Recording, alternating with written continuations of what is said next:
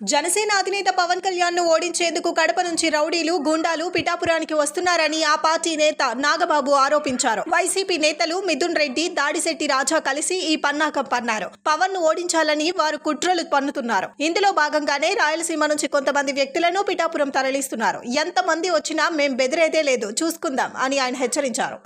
పిఠాపురంలో పవన్ కళ్యాణ్ గారిని ఓడించడానికి మిథున్ రెడ్డి గారు, దాడిశెట్టి రాజా ఇలాంటి కొంతమంది వ్యక్తుల్ని ఇక్కడ ఉంచి ఎట్లయినా సరే పవన్ కళ్యాణ్ గారి అపజయానికి పాటుపడాలి, ఆయన ఓడించాలని చెప్పి పంపించారు. కొత్తగా మాకు స్థానికులు ఇన్ఫర్మేషన్ ఏంటంటే మిథున్ రెడ్డి వల్ల కూడా కావట్లేదు. సో కడప నుంచి కొంతమంది గూండాలని, కొంతమంది రౌడీలని పిఠాపురానికి పంపించినట్టు మాకు సమాచారం వచ్చింది.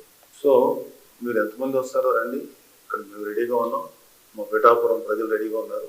ఒకటి గుర్తుపెట్టుకోవాల్సింది ఏంటంటే మీ ఇంటికి మా ఇల్లు ఎంత దూరం ఉందో మా ఇంటికి మీ ఇల్లు కూడా అంతే దూరం.